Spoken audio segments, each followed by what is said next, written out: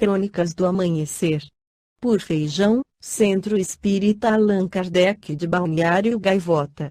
Balneário Gaivota, 23 de setembro de 2024. Aborto, STF, rejeita por unanimidade pedido de bispos e mantém voto de Rosa, parte 2.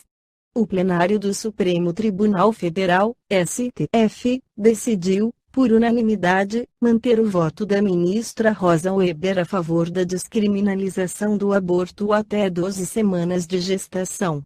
Os ministros rejeitaram um recurso da Confederação Nacional de Bispos do Brasil, CNBB, que buscava anular o voto proferido pela ministra antes de ela se aposentar da magistratura. O fim desse julgamento foi certificado nesta segunda, 12. Todos os ministros seguiram o entendimento do relator, Flávio Dino, de que a CNBB não teria legitimidade processual para apresentar o recurso analisado. Por isso, a Corte sequer analisou o mérito. Consoante a sólida jurisprudência deste Supremo Tribunal Federal, o amicus curiae não detém legitimidade recursal para opor embargos de declaração em processo objetivo de controle de constitucionalidade, diz o voto do relator. Quando ainda estava na Corte, Weber assumiu um compromisso com entidades de defesa dos direitos das mulheres de votar a favor da descriminalização do aborto na ADPF, Ação de Arguição de Descumprimento de Preceito Fundamental, número 442. O presidente da Corte, Luiz Roberto Barroso, colocou o caso no plenário virtual apenas para que Weber votasse. Logo que o voto foi depositado, ele fez um pedido de destaque, obrigando a continuidade do julgamento a acontecer presencialmente. A inserção da ADPF na pauta depende da presidência do STF. O recurso da CNBB questionou essa manobra, afirmando que o Supremo não teria respeitado os trâmites necessários da convocação do plenário virtual. Como consequência, a entidade queria que o voto da ministra, único proferido até o momento, fosse anulado. Agora, o caso deve voltar a andar quando Barroso pautá-lo para julgamento. No começo do ano, logo que assumiu a cadeira da presidência, o ministro disse durante uma entrevista que são necessários esclarecimento e nova consciência da sociedade antes do processo voltar à pauta da Corte. No livro Vida e Sexo, o Espírito e Emmanuel, pela psicografia de Francisco Cândido Xavier, apresenta sua visão sobre o aborto. Constitui crime a provocação do aborto, em qualquer período de gestação? Há crime sempre que transgredis a lei de Deus. Uma mãe, ou quem quer que seja, cometerá crime sempre que tirar a vida a uma criança antes do seu nascimento. Por isso que impede uma alma de passar pelas provas a que serviria de instrumento o corpo que se estava formando.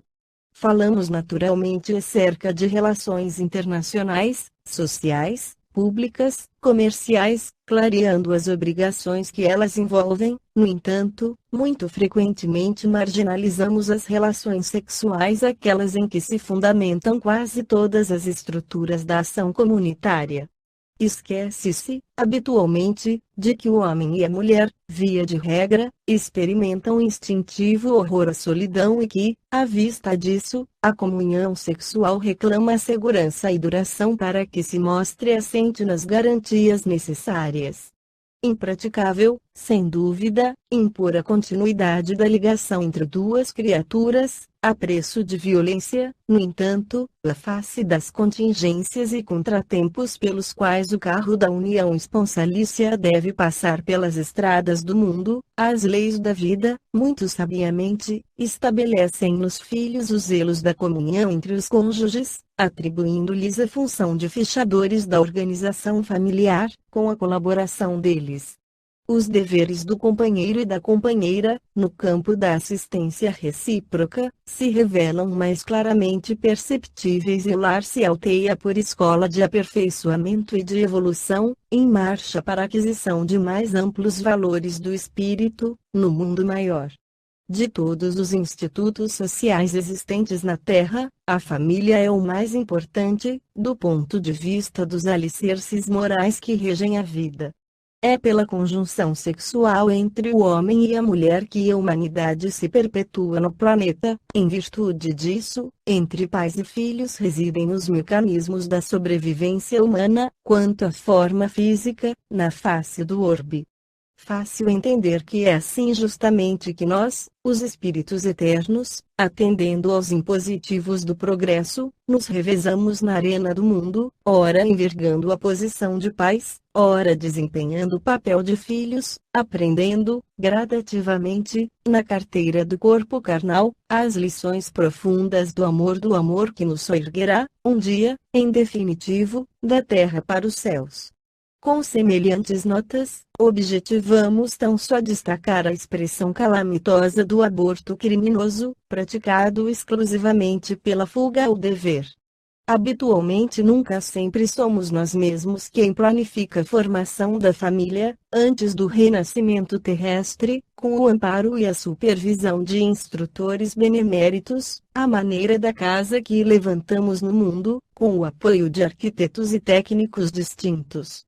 Comumente chamamos a nós antigos companheiros de aventuras infelizes, programando-lhes a volta em nosso convívio, a prometer-lhes socorro e oportunidade, em que se lhes reedifique a esperança de elevação e resgate, burilamento e melhoria.